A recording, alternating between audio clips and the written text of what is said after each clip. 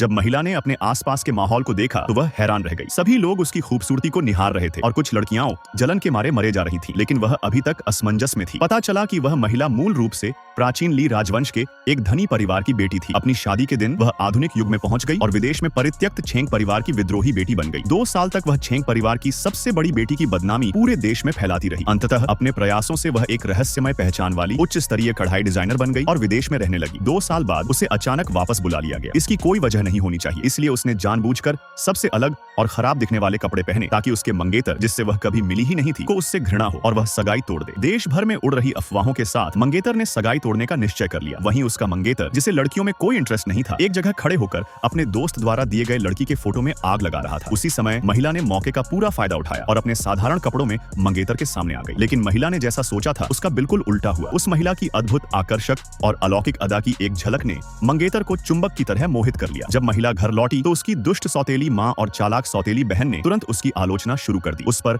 विदेश में अस्त व्यस्त निजी जीवन जीने, क्लबों में समय बिताने और पुरुष मॉडलों को रखने का आरोप लगाया और कहा कि उसके पूरे परिवार के चेहरे उससे शर्मिंदा है। लेकिन महिला यह अच्छी तरह से जानती थी कि उसकी सौतेली बहन उसकी जगह लेने और उसके मंगेतर जैसे अमीर परिवार में शादी करने के लिए यह सब कर रही है। उसने बहस करने की जहमत नहीं उठाई और सीधे अपने बेरहम पिता पर मामला थोप दिया। सौभाग्य से हालांकि उसके पिता पक्षपाती थे, लेकिन वे यह भी जानते थे कि शादी का फैसला परिवार के मुखिया ने खुद किया था और उसे अपनी मर्जी से बदला नहीं जा सकता। यह देखकर उसकी सौतेली माँ समझ गई कि जल्दबाजी नहीं करनी चाहिए, इसलिए उसने जानबूझकर उसकी सौतेली बहन को 2 दिन बाद बीजिंग के समाज सेवियों की पार्टी में एक महिला को लाने का सुझाव दिया। उसका असली मकसद समाज सेवियों की पार्टी में उस महिला को शर्मिंदा करना था ताकि अपनी बेटी की उत्कृष्टता को और उजागर किया जा सके। जल्द ही पार्टी का दिन आ गया और उसकी सौतेली बहन ने उसको शर्मिंदा करने की तैयारी की। सोशलाइट से उसका परिचय कराते समय उसने बस इतना कहा कि वह एक दूर की रिश्तेदार है और उनसे कहा कि वे उसे गंभीरता से न ले। तभी सामने वाली मंजिल पर रहने वाले आदमी की नजर नीचे महिला पर पड़ी। वहीं अब सौतेली बहन ने सोचा कि यही समय है महिला को सबके सामने शर्मिंदा करने और उसको बेइज्जत करने का। उसने प्लेट में एक सामग्री लाई और सबसे कहा कि इसे सूंघ कर बताना है